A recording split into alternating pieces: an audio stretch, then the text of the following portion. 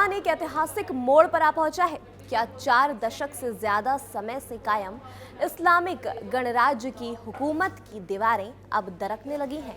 और सबसे बड़ा सवाल कि अगर आयतुल्ला अली खामेनेई सत्ता से हटते हैं, बीमार पड़ते हैं या फिर किसी बड़े हमले का शिकार होते हैं तो ईरान की कमान किसके हाथ में जाएगी? यही सवाल इस वक्त तेहरान से लेकर वॉशिंगटन और तेल अवीव तक गूंज रहा है। कौन होगा खामेनेई का वारिस? ये गूंज अब सिर्फ एक सियासी गुफ्तगू नहीं बल्कि पश्चिम एशिया की स्थिरता से जुड़ा सबसे अहम सवाल बन चुका है। 86 साल के आयतुल्ला अली खामेनेई ईरान के सबसे ताकतवर व्यक्ति हैं। 1979 से वो सुप्रीम लीडर के पद पर काबिज हैं। सेना, न्यायपालिका, मीडिया, धार्मिक संस्थाओं और विदेश नीति तक पर उनका सीधा कंट्रोल है। लेकिन अब हालात पहले जैसे नहीं रहे। देश के भीतर लगातार भड़क रहे प्रदर्शन, बेरहमी से कुचली गई जन आंदोलन की तस्वीरें, अमेरिका और इजराइल का बढ़ता सैन्य दबाव और अब अमेरिकी नौसेना के Abraham Lincoln career strike group की ईरान के करीब तैनाती, ये सभी संकेत दे रहे हैं कि खामेनेई शासन अपने सबसे नाजुक दौर से गुजर रहा है। और इसी बीच सोशल मीडिया और ओपन सोर्स इंटेलिजेंस प्लेटफॉर्म पर यह दावा सामने आया है कि खामेनेई तेहरान में किसी अंडरग्राउंड बंकर में छिपे हुए हैं। भले ही इसकी आधिकारिक पुष्टि ना हुई हो, लेकिन ये चर्चा अपने आप में बताती है कि ईरान की सत्ता को लेकर कितनी बेचैनी है। कहा जा रहा है कि अमेरिकी ये इजरायली हमले के डर से खामेनेई को तेहरान के उत्तर पूर्वी इलाके लविजान में एक किलेबंद बंकर में शिफ्ट किया गया है। यही वो सारी वजहें हैं जिसके बाद अब खामेनेई के उत्तराधिकारी को लेकर अटकलें तेज हो गई हैं। ईरान में सुप्रीम लीडर का चयन कोई आम राजनीतिक प्रक्रिया नहीं है। ये राष्ट्रपति से ज्यादा ताकत सुप्रीम लीडर के पास होती है। इस पद का फैसला एक्सपर्ट्स की असेंबली नाम की संस्था करती है, जिसका सदस्य धार्मिक विद्वान होते हैं। लेकिन असल खेल पर्दे के पीछे चलता है। इस्लामिक रेवोल्यूशनरी गार्ड कॉर्प्स, खुफिया एजेंसियां और कट्टरपंथी धार्मिक गुट तय करते हैं कि अगला नेता कौन होगा। और इसीलिए खामेनेई का वारिस सिर्फ धार्मिक नेता नहीं बल्कि हुकूमत का प्रतीक होगा। ऐसे में कई नाम सुप्रीम लीडर की रेस में सुगबुगाहट में है, लेकिन जिस नाम की सबसे ज्यादा चर्चा हो रही है वो नाम है मौजूदा सुप्रीम लीडर के बेटे मुज्तबा खामेनेई। जो मौजूदा सुप्रीम लीडर खामेनेई के बेटे हैं, मुज्तबा कभी सार्वजनिक जीवन में सक्रिय नहीं रहे हैं, लेकिन ईरान की पावर पॉलिटिक्स में उनका असर माना जाता है। उन पर आरोप लगते हैं कि ये रेवोल्यूशनरी गार्ड्स और खुफिया तंत्र के साथ मिलकर पर्दे के पीछे से फैसले लेते हैं। अगर वो वारिस बनते हैं तो ये ईरान में सत्ता पर वंशवाद को लेकर बड़ा कदम होगा और जो 1989 के इस्लामिक क्रांति के मूल भावना के खिलाफ माना जाएगा। यही वजह है कि ईरान के भीतर भी उनके नाम को लेकर भारी विरोध की संभावना है। दूसरा बड़ा नाम है सादिक लारिजानी। वो ईरान की न्यायपालिका के प्रमुख रह चुके हैं और प्रभावशाली लारिजानी परिवार से आते हैं।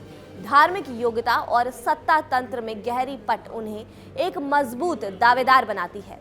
हालांकि भ्रष्टाचार के आरोप और आंतरिक गुटबाजी उनकी राह मुश्किल कर सकती है, फिर भी कट्टरपंथी गुट उन्हें एक सुरक्षित विकल्प के तौर पर देखते हैं जो सिस्टम को बिना झटके आगे बढ़ सके। तीसरा नाम अली रेजा अराफी का सामने आता है, जो कौम के धार्मिक प्रतिष्ठान से जुड़े माने जाते हैं।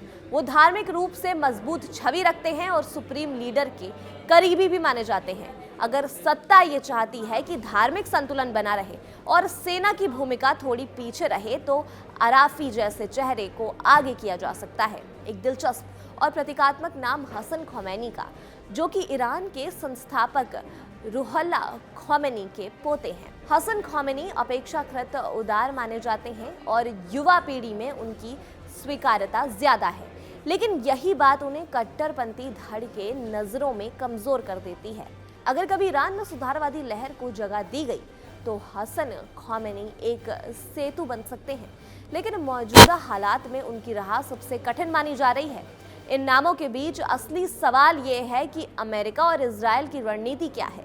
कई रिपोर्ट्स का दावा है कि वॉशिंगटन और तेल अवीव सिर्फ ईरान के न्यूक्लियर प्रोग्राम को रोकना नहीं चाहते, बल्कि खामेनेई के नेतृत्व वाली पूरी सत्ता को हिलाना चाहते हैं, यानी अमेरिका, इजराइल मिलकर खामेनेई का तख्ता पलट चाहते हैं। अमेरिकी नौसेना की तैनाती, खुफिया रिपोर्ट्स में ईरानी शासन की कमजोरी का जिक्र और प्रदर्शनकारियों पर हुई हिंसा को अंतर्राष्ट्रीय मंचों पर उठाना, ये सब उसी राजनीति का हिस्सा माने जा रहे हैं। लेकिन ये रास्ता बेहद खतरनाक है। खाड़ी देशों ने खुद अमेरिका से अपील की है कि ईरान पर हमला ना किया जाए, क्योंकि इससे पूरा पश्चिम एशिया युद्ध की आग में झुलस सकता है। सऊदी अरब, कतर और ओमान जानते हैं कि अगर ईरान अस्थिर हुआ तो उसकी आंच सीधे उनके दरवाजे तक पहुंच सकती है। और यही वजह है कि ट्रंप प्रशासन के भीतर भी ये सवाल गूंज रहा है कि अगर हमला हुआ तो ईरान कितनी जोरदार जवाबी कार्रवाई कर सकता है। ईरान के भीतर हालात वैसे ही विस्फोटक हैं। महंगाई, बेरोजगारी, महिलाओं के अधिकारों पर सख्ती और राजनीतिक आजादी की कमी ने जनता के गुस्से को बढ़ा दिया है। प्रदर्शनकारियों पर की गई कथित हिंसा ने शासन के नैतिक वैधता को और कमजोर कर दिया है। न्यूयॉर्क टाइम्स जैसी अंतर्राष्ट्रीय मीडिया रिपोर्ट्स भी कह रही हैं कि 1979 के बाद ये इस्लामिक शासन का सबसे कमजोर दौर हो सकता है। यही वो पृष्ठभूमि है जिसमें खामेनेई के उत्तराधिकारी का सवाल इतना अहम हो गया है। अगर सत्ता का हस्तांतरण स्वाभाविक और सरल नहीं हुआ तो ईरान में अंदरूनी संघर्ष बढ़ सकता है। रेवोल्यूशनरी गार्ड्स, धार्मिक नेतृत्व और आम जनता, तीनों के हित अलग अलग देशों में खिंच सकते हैं। ऐसे में अगला सुप्रीम लीडर सिर्फ एक शख्स नहीं होगा, बल्कि वो तय करेगा कि ईरान सख्ती और टकराव के रास्ते पर आगे बढ़ेगा या किसी तरह के बदलाव की ओर कदम रखेगा। तो क्या मुज्तबा खामेनेई अपने पिता की विरासत संभालेंगे? क्या कोई अनुभवी चेहरा सिस्टम को बचाने आएगा, या फिर इतिहास एक नया मोड़ लेगा जहां खामेनी परिवार का नाम दोबारा केंद्र में आ जाएगा? जवाब अभी किसी के पास नहीं है, लेकिन इतना तय है कि कौन होगा खामेनेई का वारिस अब सिर्फ ईरान का सवाल नहीं रहा।